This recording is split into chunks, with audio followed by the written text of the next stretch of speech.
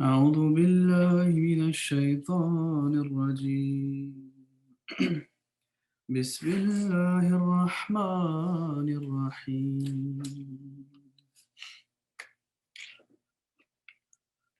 ألف لام ميم ذلك الكتاب لا ريب فيه هدى للمتقين الذين يؤمنون بالغيب ويقيمون الصلاة ومما رزقناهم ينفقون والذين يؤمنون بما أنزل إليك وما أنزل من قبلك وبالآخرة هم يوقنون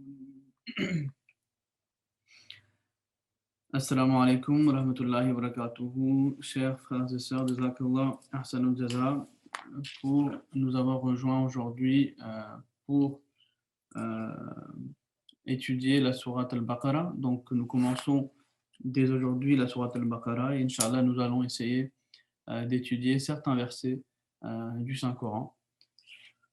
Donc, la sourate Al-Baqarah. Donc, nous avions déjà étudié le premier verset qui est Bismillahir Rahmanir Rahim.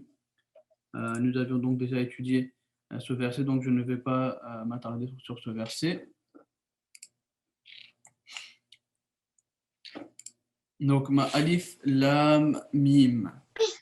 Je suis Allah, le plus savant.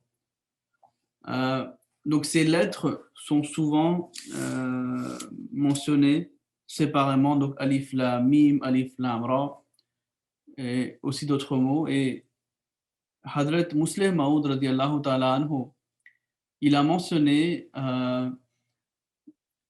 une recherche qui est très pertinente. Et je pense que rien que si une personne il veut comparer le tafsir de Hadrat Muslim Maud radiallahu ta'ala anhu, rien que s'il lit la recherche qu'il a fait sur les haruf et muqatta'at, qui est tellement excellente, c'est que rien que là, vous pouvez prouver la supériorité du tafsir al-kabir. Par exemple, qu'est-ce qu'il a dit à propos de la recherche qu'il a fait? Moi, il a écrit au moins 5-6 pages sur les huruf et muqatta'at. Moi, ce que je vais vous mentionner, c'est juste quelques points qui vous permettront de comprendre le Saint-Coran et la raison pour laquelle ces mots ont été écrits comme cela dans le Saint-Coran. Donc, tout d'abord, Hazrat Muslim Maud radiyallahu ta'ala anhu nous explique que lorsque ces lettres changent, le sujet change. Donc, par exemple, si vous regardez, Alif, Lam, Mim ont été placés donc au début de la sourate Al-Baqarah. Et ensuite, jusqu'à la sourate Tawbah, il n'y a pas d'autres haruf et muqatta'at. Et ensuite, à partir de la sourate Yunus, les haruf et muqatta'at qui commencent, c'est Alif, Lam, Ra. Donc, Hadith Muslim a dit que euh, lorsque les lettres changent, le sujet change. C'est-à-dire que c'est un nouveau sujet ou une autre manière de présenter les arguments va commencer. Et il dit que le sujet reste le même tant que ces huruf ne changent pas. Par exemple, après la sourate Al-Baqarah, vous aurez les autres sourates. Al-Imran, Surah An-Nisa et aussi d'autres sourates. Et ces sourates ne vont pas commencer par des huruf et muqatta'at. Mais il dit que tant qu'il n'y a pas un autre huruf et muqatta'at, le sujet va être pareil. Où les arguments qui vont être présentés seront présentés de la même manière. Donc, Hadith Muslim nous explique, il dit par exemple de la sourate Al-Baqarah à la sourate At-Tawbah, Dieu avance des arguments intellectuels basés sur le ilm. C'est pour ça que Alif Lam Mim, c'est Anallahu a'lamu, je suis Allah le plus savant. Donc, de la sourate Al-Baqarah, de la sourate At-Tawbah, les versets que vous allez avoir ou les arguments qui seront avancés par Allah subhanahu wa ta'ala seront basés sur le ilm, sur l'intellect, pardon. Et de la sourate Yunus à la sourate Al-Kahf, il dit que on a mention de certains incidents du passé, de l'histoire des prophètes par exemple, du passé qui nous ont devancés. Et donc les arguments qui sont avancés, c'est des conclusions tirées des incidents du passé. Et c'est pour cela que vous voyez que de la sourate Yunus et à la sourate Al-Kahf, et le huruf al-muqatta'at qui a été utilisé, c'est Alif Lam Ra, Anallahu Ara, je suis Allah celui qui voit. Donc c'est l'attribut de ru'yat, de voir ou d'observer, qui a été mentionné, et c'est pour cela que la mention des incidents est en abondance dans ces sourates. Donc vous avez une certaine compréhension, vous voyez là. Ensuite, il dit que ces clés sont aussi la clé des sujets de cette sourate. Donc si vous comprenez ces huruf muqatta'at, ils vous permettront de comprendre les sujets de la sourate. Et ensuite, il dit qu'à chaque fois que ces lettres sont mentionnées, la révélation de Dieu est mentionnée. Par exemple, quand vous avez Alif Lam Mim, Allah dit Zalika al-Kitab. Il mentionne le Kitab, le Coran, la révélation divine. Il dit par exemple dans d'autres sourates, il y aurait peut-être la mention des révélations antérieures, ou souvent le kalam, la parole divine, où il y aura soit le mot kitab, soit le mot kalam, ou soit le mot wahyun qui sera mentionné. Donc c'est certains points que le musulman doit développer. Je ne vais pas aller en détail, mais j'espère que vous pourrez grosso modo avoir une petite idée de l'importance de ces huruf muqatta'at. Certaines personnes ont soulevé des accusations, ils ont dit mais regardez, qu'est-ce que cela signifie. Mais n'oubliez pas que à l'époque du Muhammad sallallahu alayhi wa sallam, c'était très normal d'utiliser ce genre d'abréviation pour dire certaines choses. Et les poètes à l'époque du Muhammad sallallahu alayhi wa sallam utilisaient aussi ce genre de manière d'écrire dans leurs poèmes aussi. Donc ils utilisaient une lettre à la place d'un mot complet ou d'une phrase complète. Et c'est ce que l'on voit de nos jours aussi. Les abréviations sont utilisées partout. Et souvent même, c'est les abréviations qui restent et on ne mentionne pas ou on n'écrit même plus le mot en entier. Donc c'est quelque chose que le Coran aussi a utilisé aussi. Dieu l'a utilisé aussi. Et donc comme vous venez de l'entendre, que le musulman a dit que tant que ces haroufs ne changent pas, le sujet ne change pas, à chaque fois quand ça change, le sujet change, la manière d'avancer, les arguments changent de subhanahu wa ta'ala. Donc de cette manière, si on lit par exemple de la Surah Yunus à la Surah Al-Kahf, vous verrez que des incidents sont mentionnés et des conclusions sont tirées de ces incidents-là. Donc et j'espère que cette étude de Hadith Muslim Mode nous sera bénéfique aussi, Inch'Allah al-Aziz, dans le futur. ذلك الكتاب لا ريب فيه هدى للمتقين. Ceci est le livre parfait dans lequel il n'y a pas de doute. C'est une direction pour les gens pieux. Zalika, donc ceci, al-kitabu, le livre parfait. Nous avions déjà étudié par le passé la signification du mot al, l'article défini. Et comme on avait utilisé, on avait parlé donc de ce mot de la sourate al-Fatiha, quand on dit alhamd, qui signifie aussi toutes les louanges, mais aussi les louanges parfaites. Donc, dépendamment de la traduction que nous allons faire de l'article défini, la signification changera. Donc, ici, pour Al-Kitab, cela signifie le livre parfait. Al-Kitab, le livre parfait. Donc, lorsque vous avez, donc c'est pour ça que souvent, on dit aussi Al-Insan, qui signifie l'homme parfait. Et cela se réfère à notre bien-aimé prophète Mohammed sallallahu alayhi wa sallam. Donc, Zalik al-Kitab, ceci est le livre parfait. Là, ça signifie non. Donc, ici, il n'y a pas Raiba doute. Raiba doute, fihi, dans lequel, donc, Hudan, direction, lil muttaqin, pour les gens pieux. Donc, ceci est le livre parfait dans lequel il n'y a pas de doute, c'est une direction pour les justes. Donc, sur certains points que je vais mentionner ici, le Messie promis à l'Islam, il mentionne un point très intéressant. Il dit que lorsque vous écrivez un livre, il y a 4 points qui sont très essentiels. Et si ces 4 points sont parfaits, alors ce livre sera parfait et sera un moyen en fait, pour dire que le Coran a été révélé. Et d'emblée, en fait, dans la Sourate al-Baqarah, Allah mentionne certaines choses qui sont très importantes et qui nous dit en fait la grandeur ou qui nous laisse pousser à réfléchir de la grandeur du Saint-Corps. Et il présente 4 choses. Il dit qu'il y a le illati fa'ili, c'est-à-dire qui a écrit le livre. Allah a dit, nous venons de le voir, pardon, je reviens en arrière. Alif Lam Mim, je suis Allah le plus savant. Donc le Messie promis, alayhi salatu wassalam, il nous dit que déjà, quand il est question du Coran, celui qui a révélé le Coran, c'est Allah. Et Allah, comme nous l'avions vu précédemment, c'est le nom personnel d'Allah. C'est l'être qui, qui est le plus parfait au monde et qui n'a aucune impureté en lui. Donc tous les attributs parfaits sont dus à Allah. Et Allah, donc quand on dit que qui a révélé le Saint-Coran, c'est Allah, qui connaît tout, qui entend tout. Donc tous les attributs parfaits sont à lui. Donc celui qui a révélé le Saint-Coran, il était fa'ili, c'est Allah. Ensuite, il dit que Allah dit zalikal kitabu. C'est-à-dire que il était madi. Maintenant, ce livre, c'est quoi? Allah dit que c'est le livre parfait. C'est un livre qui est parfait. Ou en d'autres mots, on peut aussi dire que c'est le meilleur des livres qui a été révélé. Donc c'est Allah qui a révélé ce livre parfait. Et c'est quoi d'autres qualités? C'est la rayba fihi, son contenu. Il l'a tesouari, que ce livre ne contient aucun doute. C'est un livre qui n'a aucune ambiguïté et il n'y a que des vérités qui sont mentionnées dans ce livre. Et quatrième chose, Allah dit Hudallil muttaqin illa tira'i, l'objectif. L'objectif de ce livre, c'est quoi? C'est de guider les gens qui sont pieux.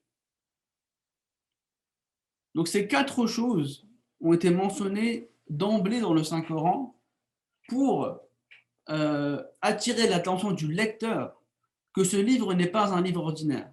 Ce livre a été écrit par Allah qui détient tous les attributs parfaits. Et c'est un livre qui est parfait. Dhalik al-Kitab. C'est un livre qui ne contient aucun doute. Toutes les vérités sont mentionnées. Et quel est le but de ce livre? C'est que Hudal lil Muttaqin, c'est une direction pour les gens pieux, pour les justes. Donc le lecteur, il est déjà, si on réfléchit bien sur ces versets, d'emblée, cela doit nous tirer notre attention sur le fait que ce livre n'est pas un livre ordinaire. Nous devons essayer d'y profiter au maximum. Mais comme j'ai dit, c'est vraiment avec de simples mots que j'essaye de vous expliquer ces choses-là, parce que le Messie Promet il a écrit des paragraphes et des paragraphes sur ces quatre ilal que je viens de mentionner. Et le Messie Promet il a aussi dit que, vous savez, le mot zalika, ça renvoie un peu à la distance, que ce livre parfait ne contient pas de doute. Et le Messie Promet dit que ce verset ou le Saint-Coran, c'est aussi l'acceptation d'une prière qui avait été faite dans la sourate Al-Fatiha. Et dans la sourate Al-Fatiha, la prière qu'on avait faite, c'est Ihdina sirat al-mustaqim, sirat al-lazina an'amta alayhim. Que montre-nous le droit chemin, le chemin de ceux que tu as comblés de tes faveurs. Et ce chemin, ou ce sirat al-mustaqim que nous avons mentionné, Allah dit que Zalika al-kitab. Voilà le livre. Et voilà donc l'acceptation de ta prière. Donc, dans la sourate Al-Fatiha, il y a la prière. Et ce sirat al-mustaqim qui va nous permettre de marcher sur la voie des gens qui ont été bénis par Allah subhanahu wa ta'ala. Quel est ce chemin? Le chemin que nous devons entreprendre, c'est le chemin du Saint-Coran. Donc, c'est l'une des tafsirs qui a été faite par le Messie promis, alayhi salatu wassalam. Donc, lorsque nous prions dans la sourate Al-Fatiha ou dans nos prières que Ihdina sirat al-mustaqim, montre-nous le droit chemin, n'oublions jamais que le message qui nous est venu le message qui nous est venu de la part d'Allah pour nous réformer est bel et bien le Saint-Coran. Et donc l'étude du Saint-Coran est essentielle. Notre bien-aimé calife, Adahullah, l'a répété maintes fois, que la lecture du Saint-Coran, surtout après Fajr, c'est aussi mentionné dans le Saint-Coran. Donc nous devons essayer de pas seulement réciter, mais aussi de la traduction, mais aussi essayer de le comprendre. Donc Allah donne la possibilité à tous, à moi aussi, de faire cela. Donc maintenant, qui sont ces muttaqis? Qui sont ces gens pieux? Alladina yu'minuna bil ghaybi wa yuqimuna as-salata wa mimma razaqnahum yunfikun. Alladina, ceux qui yu'minuna, ils croient, bil ghaybi, à l'invisible. Donc, allazina yu'minuna bil ghaib, ceux qui croient à l'invisible. Wa et, pardon, yuqimuna, ils observent. As-salata, la prière. Wa et mimma razaqnahum yunfikun, et qui dépensent de ces dons et richesses que nous leur avons accordés. Donc, razaqnahum, ce que nous avons accordé, razaqnahum, nous leur avons accordé, yunfikuna, ils dépensent. Donc, mimma razaqnahum yunfikun, ils dépensent de ce que nous leur avons accordé. Donc voilà, le premier attribut d'un muttaqi mentionné dans le Saint-Coran, c'est celui qui croit à l'invisible, dans le ghaib. Mais que signifie le ghaib? Malheureusement, il y a souvent certains athées qui vont avancer que la religion veut que vous croyiez en des choses sans aucune preuve. Et je me rappelle une fois, il y avait un athée qui avait donc avancé ce verset. Regardez, le premier attribut qui est mentionné dans le Saint-Coran pour les gens qui sont pieux, c'est ceux qui croient dans l'invisible.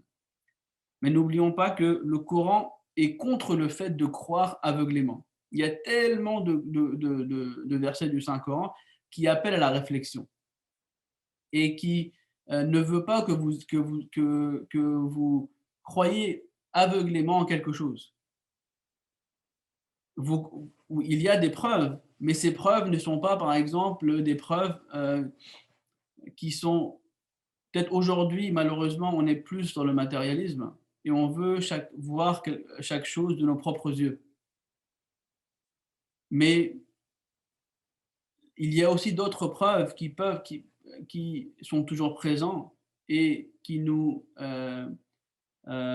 arrivent à la certitude à 100% que Allah il existe, mais pour autant le toucher ou etc., donc le voir physiquement. Par exemple, il y a beaucoup de choses, en anglais on dit dark matter, par exemple, même la force magnétique, par exemple, on ne la voit pas, ou même les émotions, l'amour, etc. Nous ne pouvons pas toucher ces émotions d'amour ou de tristesse, mais on sait que ça existe. Donc il y a différentes manières de prouver certaines choses. Et quand vous réfléchissez, toutes nos croyances, par exemple, nous croyons en Allah, mais est-ce que nous l'avons vu physiquement? Non. Nous croyons dans les anges, mais est-ce qu'on a vu les anges? On ne les a pas vus. On croit dans tous les livres qu'ils ont été révélés même avant, mais est-ce que nous étions même présents lors de la révélation du Saint-Coran? Non. Il y a toutes ces choses qui existent, mais comme il est dit que ces vérités auxquelles nous croyons ne sont pas des vérités qui sont sans aucune preuve. D'accord? Alladhina yu'minuna bil ghaib, ceux qui croient à l'invisible, wa et yuqimuna salata, et ils observent la prière. Donc, lorsque vous croyez en quelque chose et vous savez que c'est vrai, la chose qui est normale à faire, par exemple, si on sait que Allah il existe vraiment, qu'est-ce que nous allons faire? Nous allons nous tourner vers Allah et nous allons nous prier. Donc, lorsqu'on prie à Allah, Muhammad sallallahu alayhi wa sallam a dit que lorsque vous priez, priez d'une telle manière où vous devez être dans un état où, comme si que vous voyez Dieu devant vous. Et si vous n'arrivez pas à développer cet état, alors au moins, il faut que vous ayez en tête ou dans le cœur que Allah est en train de vous voir. Et lorsque vous avez ces états-là qui sont devant vous, la chose logique, c'est que vous vous tournez vers Allah et que vous vous prosternez devant lui. C'est pour cela que d'emblée, les muttaqis, les pieux, sont ceux qui croient en l'invisible. Mais encore j'ai dit, c'est pas croire en l'invisible, ça ne signifie pas de croire aveuglément en quelque chose, mais c'est basé sur des preuves, etc. Et ensuite, vous avez wa yuqimuna salata, et ceux qui observent la prière, wa et mimma razaqnahum yunfikun, ils dépendent de ce que nous leur avons accordé. Et le Messie premier d'Islam, il mentionne que ici, le fait de dépenser de ce que Allah nous a accordé, cela ne se limite pas uniquement aux richesses que l'on a ou aux dons qu'on a. Tout ce que Allah nous a accordé, que ce soit au niveau intellectuel, au niveau de notre connaissance, ou si on peut aider quelqu'un d'une quelque manière, nous devons le faire. Et le Messie dit que le muttaqi, le vrai muttaqi, sont ceux en fait qui se disent que leur être ne leur appartient pas. Mais tout ce qui leur a été accordé est en fait à Allah. Et c'est pour cela que même les sahaba du Muhammad sallallahu alayhi wa sallam, par exemple, lorsque eux, ils dépensaient, par exemple, dans la voie d'Allah, on voit qu'ils ont même perdu leur vie. Ils ont sacrifié leur vie dans la voie d'Allah. Parce qu'ils savaient que cette vie ne leur appartenait pas. Et en ce qui concerne le sacrifice financier, vous savez, dans la sourate Al-Baqarah, il y a ce fameux verset où ces hypocrites appellent les croyants ou les sahaba as-sufaha, que devons-nous croire comme ont cru les sots as-sufaha. Et Allah dit que sûrement ce sont eux qui sont sots. Et le musulman Maud, il dit que l'une des significations du mot as-sufaha sont ceux qui dépensent aveuglément sans réfléchir. Donc ils ne réfléchissent pas, ils dépensent. Et le musulman dit que lorsque les kuffars ou les mécréants, ils observaient les sahaba et ils voyaient que les sahaba dépensaient de tour et à travers dans la voie d'Allah tout ce qu'ils avaient. Même les gens les sahaba qui étaient pauvres, par exemple, ils étaient tellement sincères qu'ils voulaient absolument donner, même s'ils n'avaient rien à manger. Et lorsque ces sahaba, ces kuffars les voyaient, ou l'ennemi les voyait, ils disaient, mais les sahaba, ils ne réfléchissent pas. Ils sont sots. Ils sont ignorants, ils sont stupides. Parce qu'ils sont en train de déporter dans la voie d'Allah. C'est pour ça que dans le Saint-Coran, Allah il mentionne que quand les Sahaba qui étaient riches, quand eux ils dépensaient, les mécréants disaient, mais ils dépensent uniquement pour montrer qu'ils ont de l'argent. Et lorsque les Sahaba pauvres dépensaient dans la voie, les mécréants disaient, mais eux, soit ils n'ont pas de. C'est comme si ils n'ont pas de cerveau, ils n'ont rien du tout, ils sont en train de dépenser. Donc les Sahaba, ils ont montré par leurs faits et gestes qu'ils étaient prêts à dépenser même leur vie dans la voie d'Allah. Donc ici, lorsque ces attributs sont mentionnés au départ dans le Saint-Coran, le Messie premier islam dit que l'homme qui est dans cet état, ou qui est vraiment le muttaqi, al-muttaqi, sont ceux qui se disent que leur être ne leur appartient pas, mais ça appartient en fait à Allah. Ensuite, Allah dit وَالَّذِينَ يُؤْمِنُونَ بِمَا أُنزِلَ إِلَيْكَ. Wa et allazina ceux yu'minuna, ils croient bima unzila ilayk, à ceux qui t'a été révélé. Donc on parle ici du Saint-Coran. Donc les muttaqis sont ceux qui croient à ce qui a été révélé.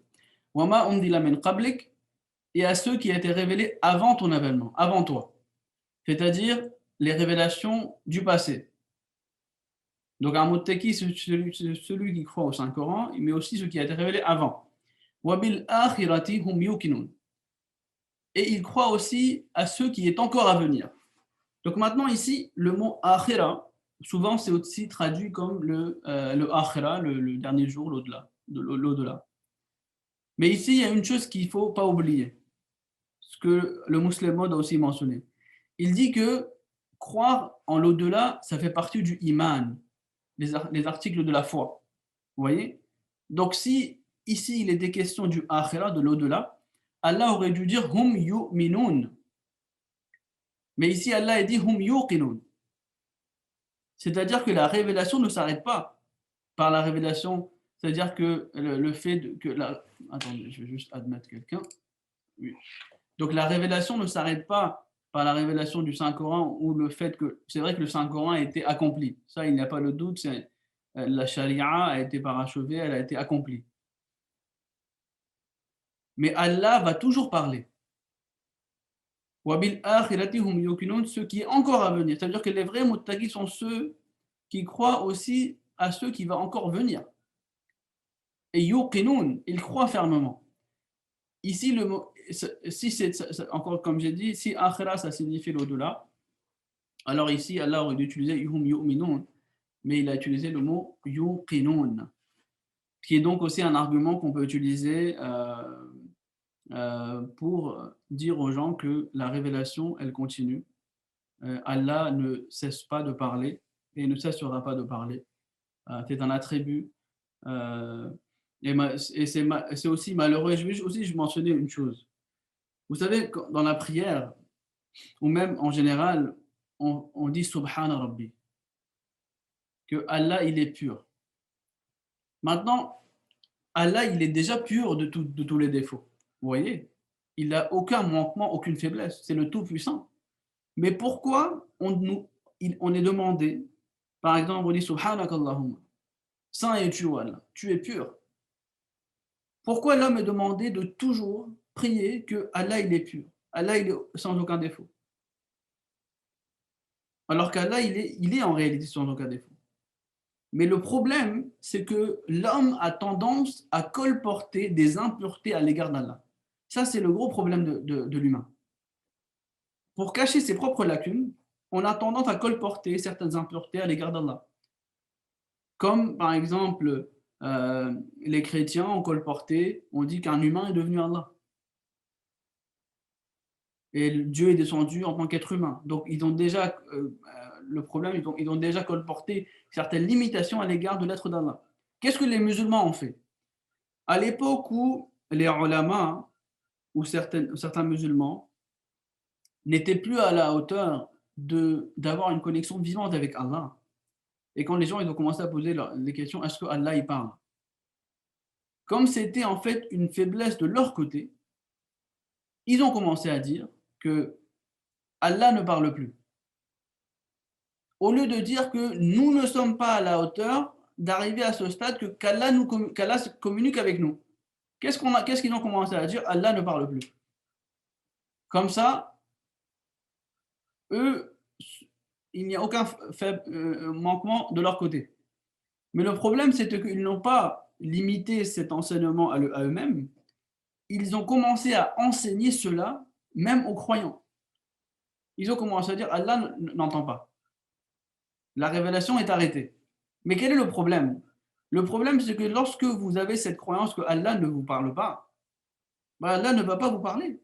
Parce que Allah communique avec les gens en fonction de ce qu'ils attendent d'Allah. Il y a une vision de l'un des enseignants de Khalifa Masih al-Awwal, le premier calife de la communauté ahmadiyya. Il dit que, je ne me rappelle plus de la ville, mais il dit que bon, il y a un de ses enseignants, ses professeurs, qui a vu un rêve que, dans le rêve, il voit qu'il partait dans une ville et il voit un homme qui a les vêtements arrachés, il est en train de boiter, donc il est vraiment dans un état pitoyable.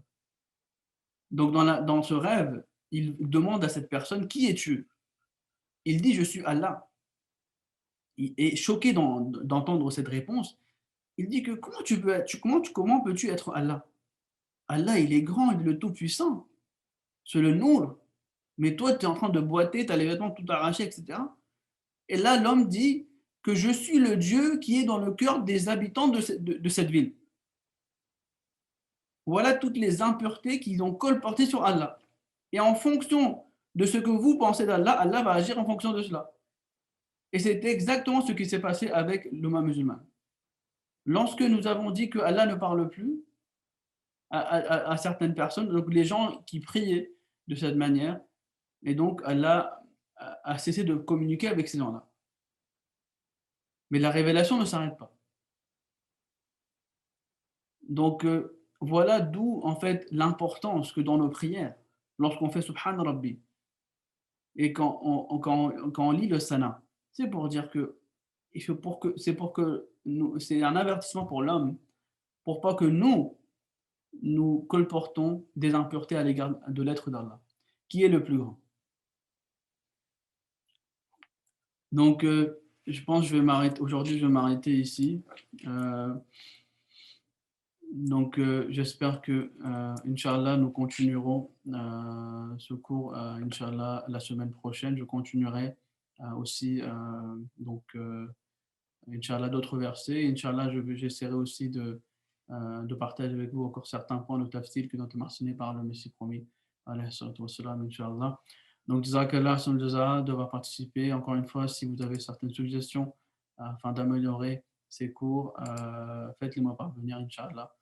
J'essaierai en fonction de vos idées, de faire ce cours, Inch'Allah. Jazakallah ahsanul jaza. Assalamu alaikum wa rahmatullahi wa barakatuhu.